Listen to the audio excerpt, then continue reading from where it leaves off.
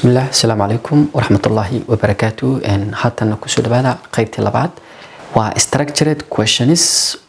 Waxayna ka kooban tahay ilaa iyo 13 su'aalood.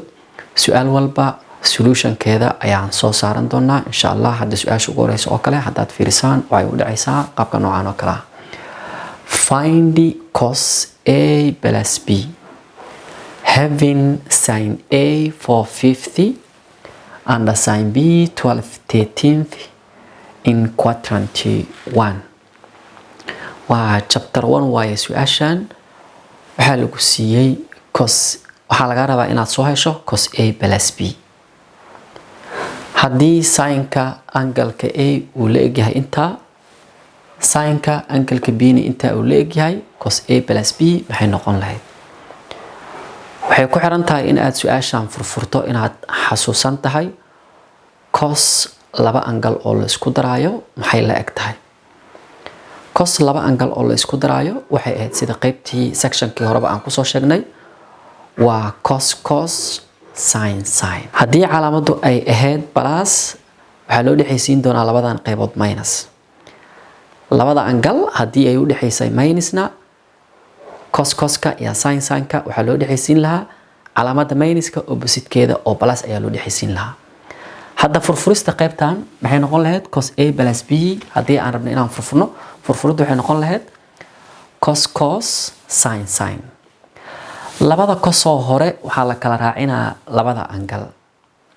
Labada sin oo dambana waxaa la kala raacinaa labada angle ayaa la kala raacinaa. Haddaba adigu waxaad haysataa kaliya sin A iyo sin B kaliya ayaad haysataa. Labadan bes ayaa lagu sheegay. Maxaa ka maqan? Cos A na way ka maqan tahay, cos B na way ka maqan tahay.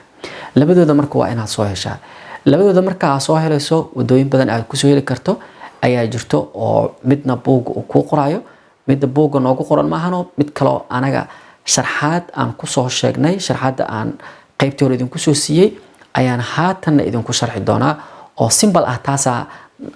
ila gaaban oo aan markiiba coska iyo coska labada cos oo maqan angaladooda aan ku soo heli karnaa. Adiga sinka ah haysatay maadaama sin A uu yahay 450 uu la eg yahay, function walba aad haysato function kale ayaa ka soo dhex dhalanayo. Sin A dan waxay inoo dhalay doontaa cos A. Sin marka laga hadlayo, sin waxaa lagu heli jiray opposite over hypotenuse. Cos haddii aad rabtana waxaa lagu heli jiray adjacent over hypotenuse ayaa lagu heli jiray. Sida qaacidadii fududeed aan hore kugu soo sharxaba, waxaad dhihi kartaa cos A haddii aad rabto waxaad ku heli kartaa 5 kan oo hadda hypotenuse-ka ah soo qaado square gareey minus waxaa ka jartaa opposite kan oo 4 ah oo asna la square gareeyay radical-ka geli, hoosna oo 5 ah sideeda u daa equal marka la soo qaado. Labadan square-ada ka saar, square-kooda 5 haddii la square gareeyo waa 25, 4 haddii la square gareeyo waa 16, hoosna waxaa ku haysataa 5 equal mar kale soo qaado. 25 haddii 16 laga jaro waa 9, hoosna waxaa ku haysataa 5 equal 9 haddii radical-ka laga saaro waa 3, 5 na sideeda u soo qaado. Sin A dan waxay inoo dhashay cos A ayay inoo dhashay, qaabka noocan ayay noogu dhashay. Haddaba cos A deena waxay la eg tahay 350 ayay la eg tahay. 350 deena waa ka sawahaynaa. Quadrantiga marka hadda calaamada raacsiiyay, quadrantiga waxaa lagu dhahay waa quadrant 1. All quadrantiska waxaad ku xasuusan kartaa simply this formula. All students take calculus. Quadrant 1ka all waxay ku yihiin plus. Quadrant 2 sin only is positive. Quadrant 3 tan only is positive. Waa tan aan reciprocalkiisa, waa sin iyo reciprocalkiisa. Quadrant 4 waxaa positive noqonayo cos and it is reciprocal. Adaas waxay noqon doonaan negative. Negative ayaa ay noqon doonaan. Anaga hadda coska waan soo helnay, maadaama cos aan soo helnay, coska in quadrant 1 muxuu ku noqon lahaa? Wuxuu ku noqon lahaa asna un plus maadaama dhammaantood wala plus ay ku wada yihiin. waxaan soo heli doonaa haddana cos b. sin b da waxaan ka soo dhex saaranaynaa cos b ayaa laga soo dhex saaranaa anagoo formuladan fudud isticmaalayno. waxaan dhahaynaa sin waa opposite over hypotenuse. hooseeyaha oo 13 ah sideeda u daa asoo la isku wargareeyay kor ku dhig minus waxaa ka jartaa haddana 12 kaas oo sareeyaha ah ama opposite ka ah oo la isku wargareeyay equal inoo soo qaad hooseeyaha oo 13 ka sidiisa u soo dhiga 13 haddii la isku wargareeyo 169 12 haddii la isku wargareeyo 144 ayaa nooga soo baxayso. hoos waxaa ku haysanaa 13 sideeda u soo qaado 169 ayaa laga jaraa 144 waxaa nooga soo baxayso 25 equal ayaan dhahaynaa 25 diradhika laga saaro waa 5 13na marka hore hooseeya ay ahayd sideed u soo qaado. quadrantiga la joogo waa quadrantige waa quadrant 1. quadrant 1na coska muxuu ku noqonaa all dhammaantood ayaa positive ku ah halkaas marka waxay ku noqonayaan labadoodaba balas ay ku noqonayaan. balaska inaan muujiso iyo inaan qariso waxaa kuu qeyr badan weliba inaan iska qariso ayaa kuu qeyr badan. okay labadoodii hadda waan soo helnay then hadda waan heli karnaa formulada si toos waa loogu shaqeyn karaa. waa inaad haysataa laba cos labada cosna hadda ayaad soo heshay equal ayaan dhahaynaa cos a hadda ayay inoo soo baxday waxaa inoo soo baxday 350 cos b hadda ayaan soo saarnay waa 5/13 minus sin a waana la siiyey waa 450 times sin b waana la siiyey waa 12/13 5 by 5 1 5 by 5 1 3 times 1 waa 3 1 times 13 13 4 times 12 waxaa ka soo baxayso 48 5 times 13 65 ayaa ka soo baxayso equal ayaan dhahaynaa. labadan LCM kooda wuxuu noqonaa labadooda la isku dhiftay waa 13 times 65 845 845 divided by 13 wixii kaaga soo baxo 3 ku dhafo 195 minus ka soo qaado 845 divided by 16 waa 13 times 48 624 195 minus 624 waxaa ka soo baxayso 429 over 845 labadan haddii reduction aad ku samayso kor waxaa ku soo harayso 33 hoosna waxaa ku soo harayso 65. su-aasheena labaad waxay tahay using the identities find the exact value of cos 40 degree cos 50 degree minus sin 40 degree sin 50 degree. identityada laga hadlaayo wax kala maahan oo exact value-ga ee la rabo in lagu soo helo this identitieska waa inaad xasuusan tahay kaliya cos laba angle oo kala duwan oo la isku darayo ama la kala jarayo ama sin ama tan laba angle oo aan isku mid ahayn oo la isku darayo ama la kala jarayo inaad xasuusan tahay kaliya bes ayay ku xiran tahay. formuladeena hadda haddii aan fiirno qaybahaas hadda aan sheegay yaa iska lahaa cos sin yaa iska lahaa ayaad isweydiin doontaa. laba cos oo isla socoto oo horey taalla iyo laba sin oo isla socoto oo gadaal taalla waxaa iska lahaa cos ayaa iska lahaa. maadaama cos ay iska lahayd anaga waxaan dhahaynaa cos ayaan soo qaadanaynaa. labada angalka hore waa 40 degree angalka dambana waa 50 degree. calaamadda loo dhexaysiin lahaa marka aan rabno inaan soo saarno waxaan dhahaynaa calaamadan meesha taala maxay tahay minus waayo. calaamadda halkan taala haddii ay minus tahay coska marka la joogo calaamadda haddii ay minus tahay waxay isku bedeli jirtay plus haddii ay plus tahay waxay isku bedeli jirtay minus isku bedeli jirtay. then waxaan dhahaynaa calaamadan minuska asal ahaan waxay ka timid oo ay ahayd plus ayay ahayd plus marka halkaas nooga dhig cos 40 plus 50 ayaan dhahnay. then maxaan sii dhihi doonaa equal coska waan soo qaadanaynaa 40 iyo 50 haddaan isku darno waxaa nooga soo baxayso 90 degree ayaa nooga soo baxayso cos oo 90 degree waxaa nooga soo baxayso 0 ansarkeena marka wuxuu la mid noqonayaa 0 ayuu la mid noqonayaa. tan x sin 2x is equal to 2 sin squared xy. su-aashan waa trigonometric identity waaye. maadaama trigonometric identity ay tahay trigonometric identity-ga marka laga shaqeynayay hore waxaan usoo barnay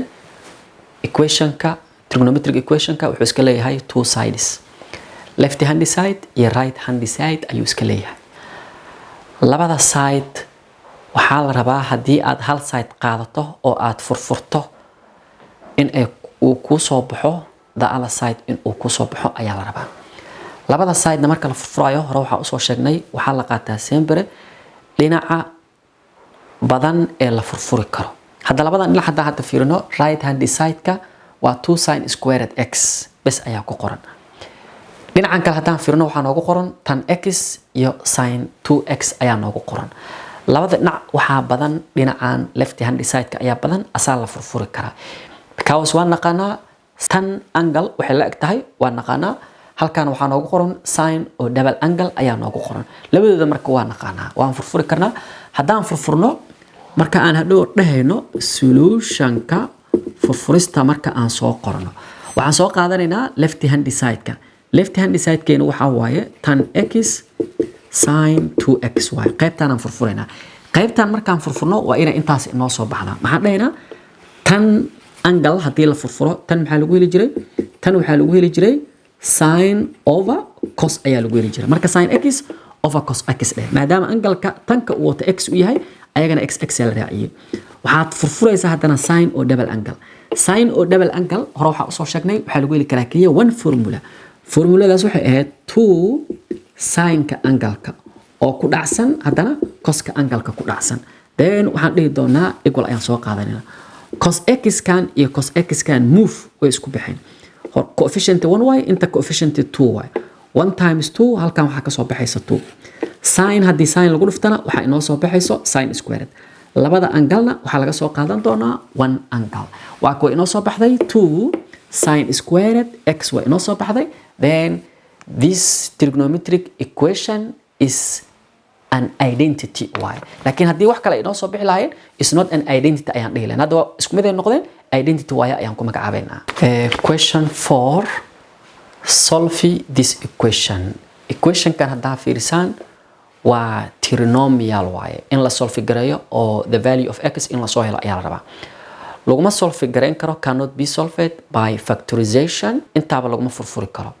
wadada kaliya ee lagu furfuri karo waxay tahay in la qaato oo la isticmaalo by quadratic formula. by quadratic formulada marka aan ku furfurayno chapter-kan waa example noocan oo kale ah anaga waxaa kusoo dhiganay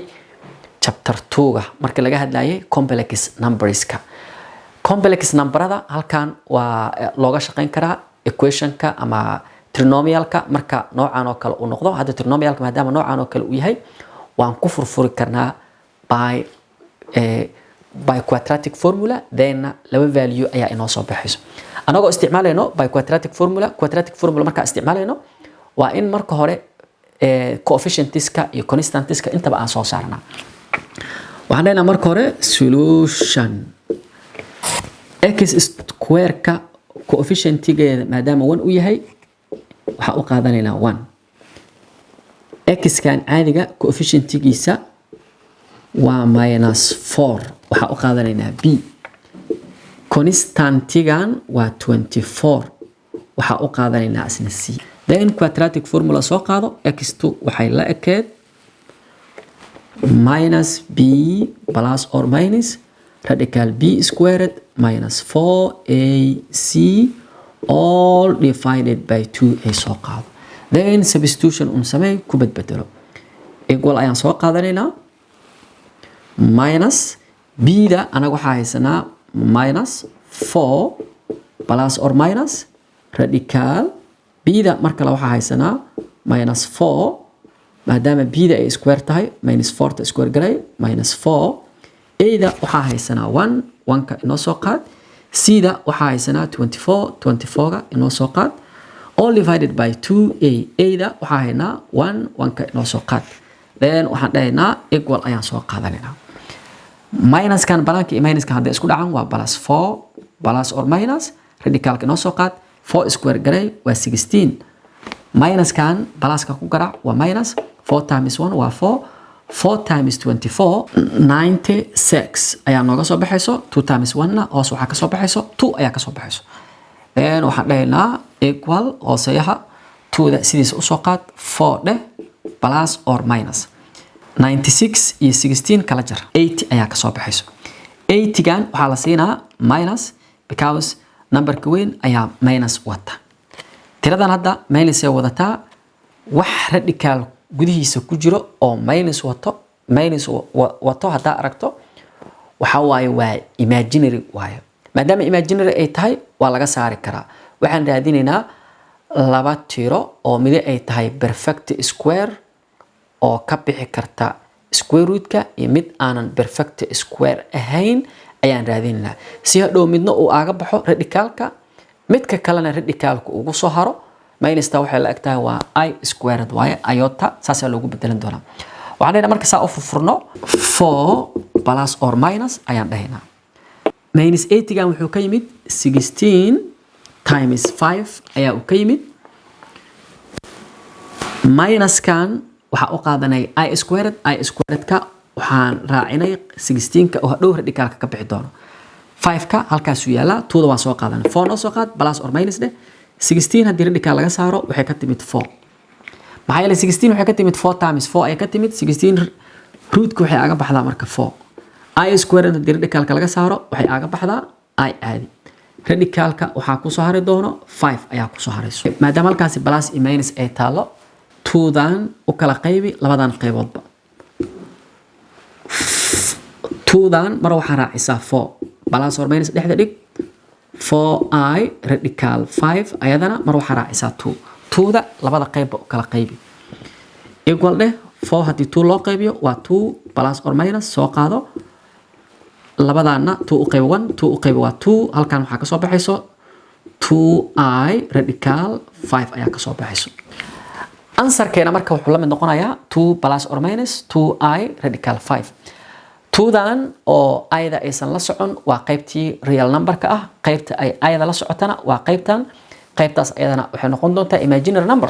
haddaa rabto ayadan inaad soo qaadato ayaa halkaas ku dhigi kartaa banaankaa ku dhigi kartaa waxaad dhigi kartaa 2 radical 5 ayna waad dhigi kartaa ansarka oo saxda su-aashaasi saas ayay noqon doontaa waa su-aasheena shanaad waxaa la iska rabaa maduulada iyo argumentiga complex number-kan oo ah 1 minus radical 3i ayaa haysanaa moduuladana sheeg argumentigana sheeg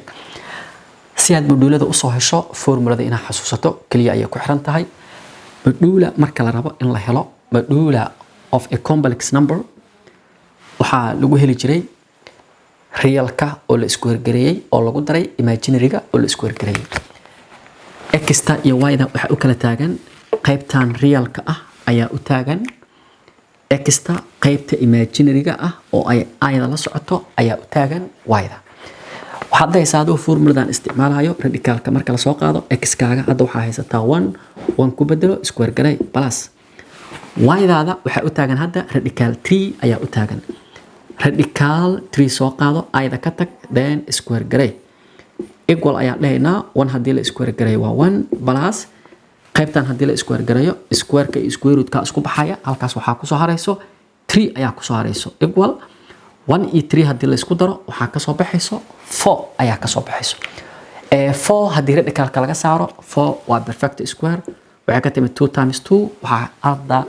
4 radical haddii laga saaro 2daas ayaa inoo soo baxday then waxaan dhahaynaa maduulada this complex number waxay la eg tahay 2 ayay la eg tahay complex number-kaasi waxaan soo saaranaynaa haddana argumentigiisa argument of this complex number wuxuu noqonayaa tan inverse y of x ayaa lagu heli doonaa waxaan dhahaynaa equal aan soo qaadanaynaa tan inverse y-da anaga waxaa haysanaa radical 3 ayaa haynaa x-kana waxaa haynaa 1 ayaa haynaa calaamadda haddaad soo raaciso oo minuska ahna calaamadda marka horeba waxa ay kuu sheegaysay quadrantiga ayay kuu sheegaysay marka waa ka tegaynaa waxaan dhahaynaa equal ayaan soo qaadanaynaa tan inverse marka la noo soo dhig fractionka haddii denominatorka uu noqdo 1 lama qoro waxaad inoo soo dhigtaa keliya radical 3 oo caadi ah then waxaan dhahaynaa equal si aan intaas usii furfurno waxaan dhahaynaa shifty tan inverse radical 3 ayaan weydiin doonaa calculatorkeena angalka waxaa laga rabaa in aad ku sheegto degree ahaan ma ahan radian ahaan ayaa laga rabaa calculatorkaaga marka hore ka dhig radian ka dhig marka aad radian ka dhigto shifty tan dheh radical 3 dheh weydii waa in radian ahaan ay kugu soo baxdaa waxaa kuu soo baxayso 1.554 oo ay la socoto halbeeg ahaan uu la socdo raad uu la socdo ayaa kuu soo baxayso laakiin waa in calculatorkaaga uu radian uu noqdaa degree lagama rabo in angalka aad ku sheegto su-aasha lixaad waxaa la iska rabaa conjugate-ka complex numberka waxaad haysataa -10 I conjugate-keeda sheeg. waa su'aasha ugu fudud ee page-kan ku qoran oo aan hadda u jeedo. haddii complex number aad rabto inaad conjugate-kiisa aad soo saarato, complex numberka wuxuu ka kooban yahay laba qaybood. qayb ay la socoto oo imaginary la dhaho, iyo qayb wax ay ah aysan la socon oo real party ah waay, ama qaybta realka ah. hadhow haddaa rabto inaad conjugate-keeda soo hesho, conjugate macnaheedu waxaa laga wadaa opposite-ka ayaa laga wadaa. maadaama conjugate-ka opposite-ku yahay, adiga waxaad calaamadda ka bedeshaa keliya qaybta imaginary-ga. qaybta realka sideed usoo dhig. markaan bedelayno waxaan dhahaynaa equal -10 waa qaybta realka sideed usoo dhig. qaybta imaginary-ga I ayay wadataa, aydan calaamadda u bedel, minus-kan opposite-keeda keen waa plus, kadibna waxaan dhahaynaa 10i. -10 plus 10i ayaa ay noo noqotay su'aashaas. su'aasha kale ee ku xigta ee toddobaad ayadan waxay ka hadlaysaa waa complex numberska, qayb ka mid ah waa qaybihii hore. waxaa haysataa i ku jibaaran 17 maxay la eg tahay. i ku jibaaran 17 ayadan waa su'aalaha fudfudud ee meesha ku qoran page-kan ayay ka mid tahay. i power 17 markaan rabno inaan furfurno waxaan soo qaadanaynaa, aanu ku sarifi karnaa i power 8 times i power 8 times i caadi, intaasaa ku sarifi karnaa. maxaa yeelay saddexdan i haddii jibaaradooda la isku daro 8 plus 8 16 16 plus 1 waxaa kasoo baxayso 17. i power 8 maxay la eg tahay. i power 8 kan waa 1 times haddana i power 8 kan kale waa 1. idan caadiga oo ayotada sideed usoo qaado 1 haddii i lagu dhuftana waxaa kuu soo baxayso i ayaa kuu soo baxayso. ayna qiimaheeda waxay la mid tahay radical -1. ayada haddaa rabto inaad sii sarifto waxaad dhigi kartaa waxay la eg tahay radical -1 ayaa ay la eg tahay. su'aasha kale noogu xigta ee sideedaad ayadana waa isla complex number waaye. labadan complex number ayaa laga rabaa inaad isku soo darto. ayadana waa su'aal kaloo fudud. markaad rabto inaad isku darto wax kale ha dhihin, labada realka ka shaqeey, haddana labada imaginary-ga ka shaqeey. hadday isku calaamad yihiin isku darso, hadday kala calaamad noqdaana soo kala jar. wax dhib badan ma aha. labadan qayb ee hore waa real partieskii. signskooda haddii la fiiriyo plus waaye. then 1 plus 6 waxaa kuu soo baxayso 7 ka soo qaado. labada qaybee dambe maadaama i ay wataan waa qaybta imaginary-ga ah waa. si aad u furfurto labada i 1i ka soo qaado, labada coefficient unlike signs waaye, kala jar. 5 kan haddii 3 laga jaro waxaa kuu soo baxayso 2. 2da plus iyo minus waxaa la siinaa minus ayaa la siinaa. waa su'aasheenii sagaalaad.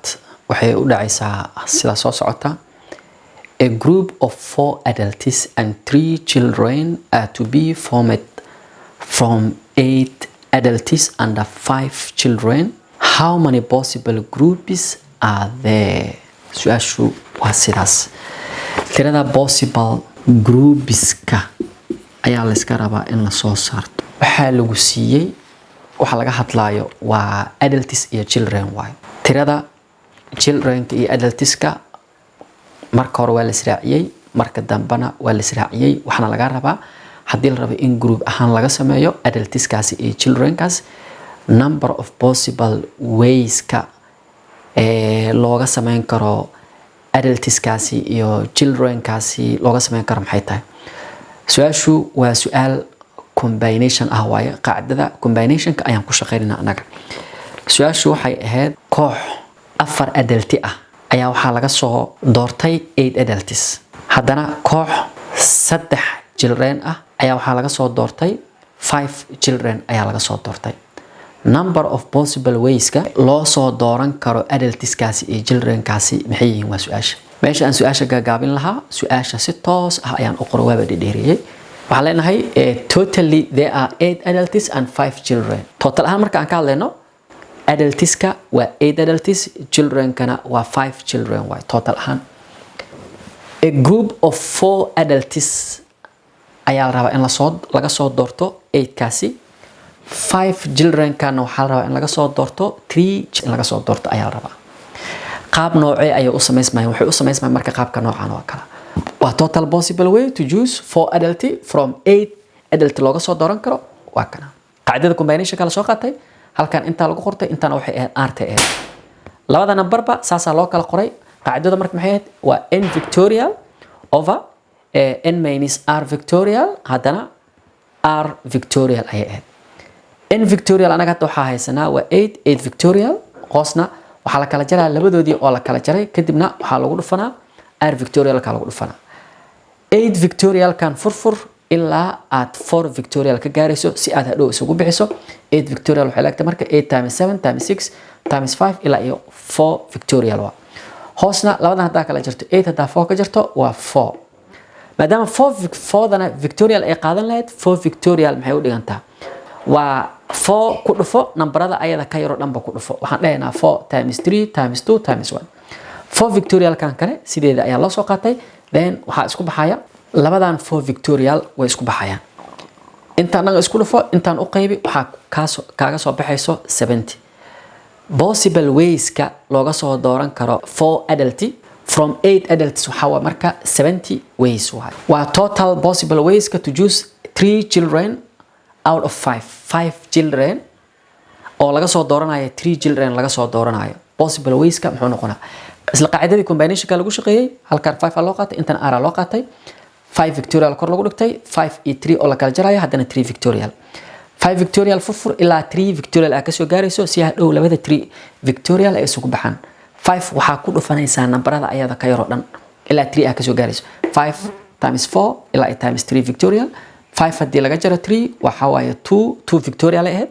2 victorial waxay u dhigantaa 2 lay u dhigantaa ama 2 times 1 waa dhigi kartaa waa isku meeshu 3 victorial kana soo qaadatay waxaa isku baxaya laba 3 victorial isku baxayso labadan isku dhufo kadibna 2 u qaybi 5 times 4 waa 20 20 divided by 2 waa 10 waa 10 ways ayaa 3 children looga soo dooran karaa 5 children looga soo dooran karaa now possible ways ka of choosing 4 adults and 3 children wuxuu noqonayaa labada combination wixii kaaga soo baxay isku garaac waa 70 ways ayaa qaybta kor ka soo baxday qaybta kalena waxaa ka soo baxday 10 ways ka soo baxday 70 times 10 waa 700 ways ayaa looga soo dooran karaa question 11 keena given the following set of values relating to grade 12 mathematics chapters and lessons 6 7 8 4 5 7 and 3 find the mean variance and standard deviation y waxaa lagu siiyey this data oo ah ungrouped data ayaa lagu siiyey waxaa laga rabaa datadan ungrouped datada ah inaad sheegto meankeeda varianceheeda iyo standard deviationkeeda saddex uba waa laga rabaa inaad soo saarato marka hore waxaan soo saaranaynaa meanka ungrouped data meankeeda marka la raadinayo waa sum of the data valueska waxaa loo qaybinaa by the number of them data valueska anaga hadda nambaradan ayaa haysanaa nambaradan dhan ayaa isku dardaraynaa 6 plus 7 plus 8 plus 4 plus 5 plus 7 plus 3 ayaan dhahaynaa inta number ay yihiin ayaa loo qaybinaa 1 2 3 4 5 6 7 numbers waaye 7 u qaybi waxaa kaaga soo baxayso 40 ayaa kaaga soo baxayso 40 haddaa u qaybiso 7 waxaa kaaga soo baxayso 5.71 waxaan ku sameynay round up 7 ka 1 ka soo qaad 5 ka u geey waxay noqotay 6 ayaa ay noqotay waxaan rabnaa inaan raadino haddana varianceha waxaa loo qaadan jiray s squared waxaa loo qaadan karaa sidoo kale theta squared waa loo qaadan jiray kulli kana ayadana summation of x minus x bar kan wuxuu u taagan yahay meanka ayuu u taagan yahay any data value ayaa waxaa laga jarayaa meanka oo hadda ku soo baxday 6 ee ku soo baxday wixii ka soo baxo waad square garan doontaa dhamaantood waa isku dardari doontaa because calaamadda summation waxay u taagan tahay addition isku dardarid ayay u taagan tahay kadibna waxaa u qaybinaysaa by the number of them ayaa u qaybinaysaa data bountiga ugu horeeyo waa 6 waxaa ka jaraysaa meanka oo ay hadda 6 ku soo baxday square garay plus data bountiga labaad waa 7 haddana meanka ka jar 6 square garay plus 8 ka haddana 6 ka jar square garay plus 4 6 ka jar square garay plus 5 ka 6 ka jar square garay plus 7 ka 6 ka jar square garay plus 3 da 6 ka jar square garay dhamaantood saasaa u samaysay waxaan u qaybinaysaa nambarada dhammaan waxay ahaayeen 7 numbers 7 u qaybi number walba numberka ku xiga ka jar square garay waxa kaaga soo baxayso hada inta calculator kalmar ay geliso 20 ayaa kaaga soo baxayso hoosna waxa ku haystaa 7 20 ga hadii 7 loo qaybo waxa ka soo baxayso 2.8 ayaa ka soo baxayso nambarada aniga kulli waxaan ku sameeyay round up ayaan ku sameeyay 8 waan ka soo qaatay 2 dan ayaa u geeyay waxa ay soo baxday 3 ayaa ay soo baxday waxaan rabaa hadana inaan soo saarto qaybta kale ugu dambaysa ee su'aasha ay la weydiiyay standard deviation ka waxa uu variance-aha la mid aha oo laga saaray radicalka kaliya bis waay s squared adiga waxa ku soo baxday hadda s squared ama theta squared labada dheh waa isku meeshii waxa ku soo baxday 3 s squared maadaama ay 3 la mid tahay square kan s ta saaran kaliya ka qaad square ka waxa lagu baabi'in karaa radical both sides waxaad gelisaa radical qaybtan radical geli qaybtan radical geli square kan square root kan isku baxaya halkan waxa ku soo harayso s radical hadii 3 la geliyo 3 laga saaro waxa ka soo baxayso 1.7 round abaan ku sameeyay 7 waan ka soo qaatay 1 ka ka soo qaatay 2 1 ka u geeyay waxay noqotay marka 2 numberka qaybta ugu dambaysa su'aasha meanka standard deviation variance-aha saddexdoodaba waxay kala noqdeen meanka wuxuu noqday 6 labada kalena waxay kala noqdeen 3 iyo 2 ayay kala noqdeen way isku dhow yihiin waa question 12 waxay tahay find the derivative of gx 3x minus 1 2x plus 4 waxa la iska rabaa in la soo saarto derivative-ka waxana lagu siiyay laba function kore waa midkan function-ka dambena waa midkan dambe labadan function hadii la isku dhufto derivative-kooda maxaa uu noqon lahaa sheeg waa anaga marka saan u soo saarno gx hadii first derivative lagu sameynayo waxay noqon lahayd g prime x ayaa ay noqon lahayd equal ayaa dhahaynaa laba function marka la isku dhufanayo oo la rabo in derivative-kooda la soo saaro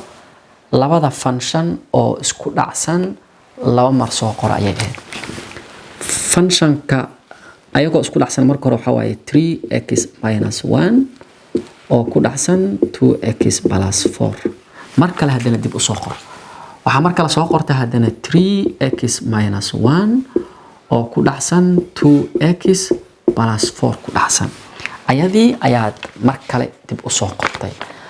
calaamada u dhaxaysa labadooda waa multiplication isku dhufasho calaamada isku dhufashada walaasheed soo qaado calaamada isku dhufashada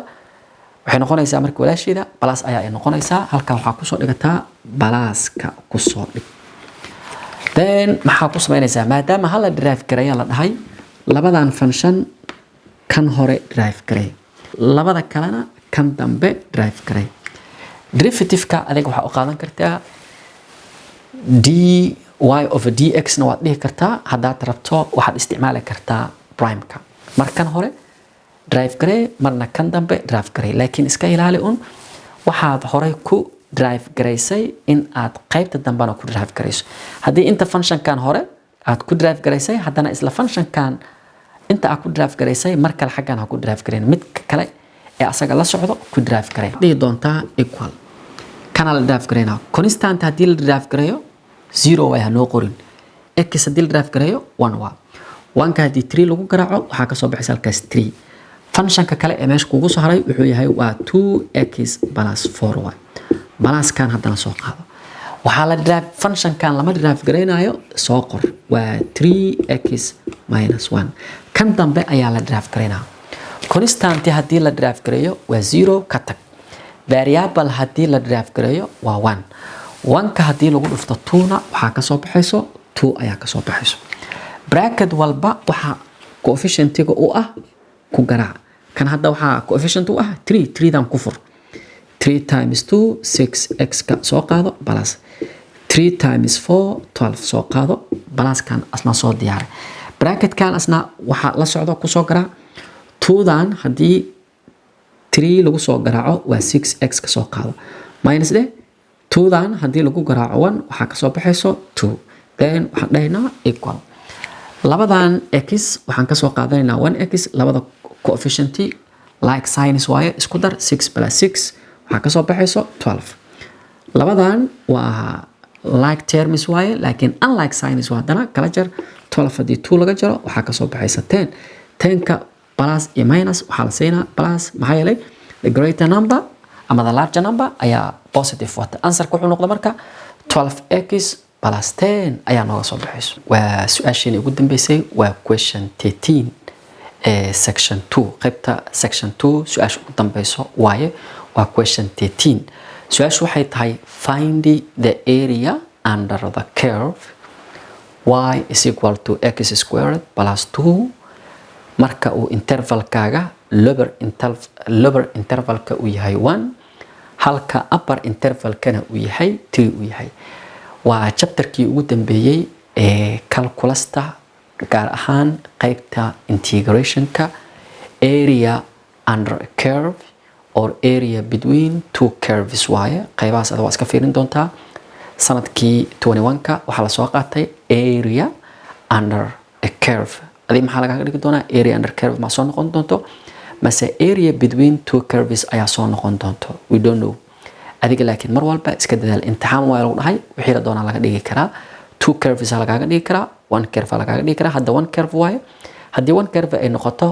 ayadoo fudud marka waa tana solution marka aan dhahno area under curve waxaa lagu heli jiray the definite integral from a to b functionka ee uu la socdo dami variable-ka haddaan sarifno a-da oo u taagan area-da equal ayaan dhahaynaa definite integralka soo qaadanay adiga waxaad haysataa labada limitkaaga waa from 1 to 3 waay maadaama from 1 to 3 uu yahay lower value-ga waxaa loo qaadanaa a upper value-ga oo 3 ahna waxaa loo qaadanaa b ama booska b ayaa lagu bedelnaa y-da waxay u taagan tahay functionkaaga hadda waxaa lagu siiyey y-da waxaa lagu bedeshay marka x squared plus 2 waa y-dan x squared plus 2 ayaa lagu bedeshay dami variable-ka waa la soo qortay mar kale area ayaan dhahnay equal ayaan soo qaadanaynaa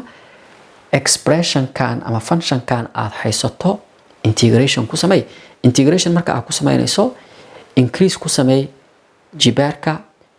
waxa jibaarku uu noqdo isla ayagaas haddana hooseeya kasoo dhig x-ka waxaa ku jibaaran square kaasi plus 1 haddii la dhaho wuxuu noqonaa cubed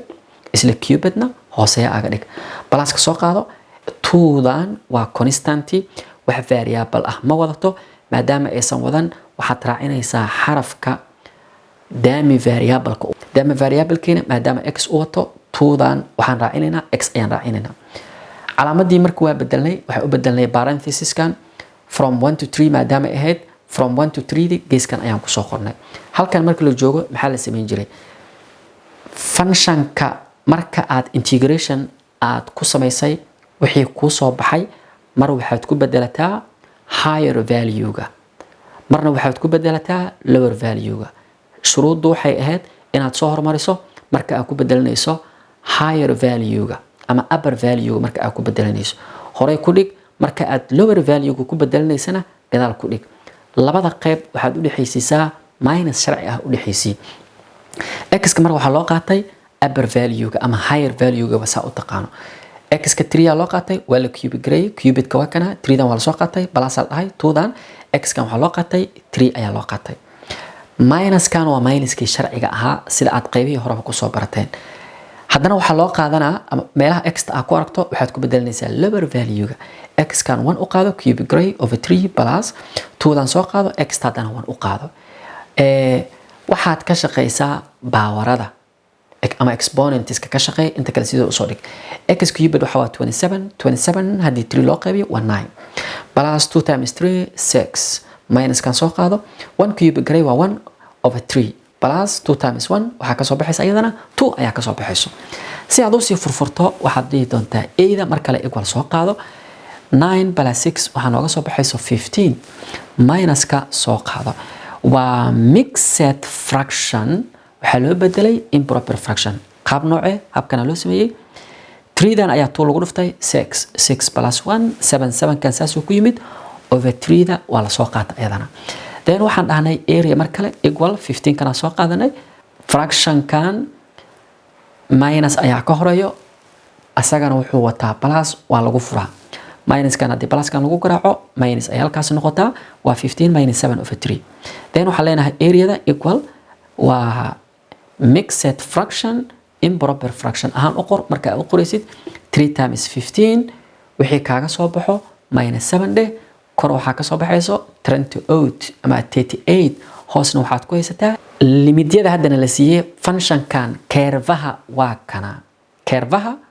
halkan ayuu dhacayaa graafka markaa samaynayso kan markaa x u qaadato kana aad u qaadato y-da aad u qaadato keervaha waa kana isla egta keervaha y is equal to x squared plus 2 waa kana keervihii sameeyey midkan waa x squared plus 2 keervahan waxaa sameeyey this function ayaa sameeyey waxaa jirto laba barood ee uu aaga aadan yahay x axis-ka labada barood ee x axis-ka uu aaga aadan yahay barta hore ee lowerka ah barta uu aaga aadan yahay waa 1 barta kale ee upperka ah meesha qaybta kale ee keervaha ee kore meesha ee x axis-ka ee aaga aadan tahayna waxaana loo sheegay in ay 3 tahay ayaana loo sheegay then su'aasha la isweydiiyey marka horeba waxay ahayd in aan raadino keervahan qaybta ka hooseyso ee areada ah in aan soo helno ayay su'aashu marka horeba ahayd areada naloo diro waa areadan hadda waxay noqotay waa 38/3 marka areada under this curve waxa waa 38 wabillahi tawfiiq qaybta kale ama maadada kale ee ku xigta bal ila socda mahadsanideen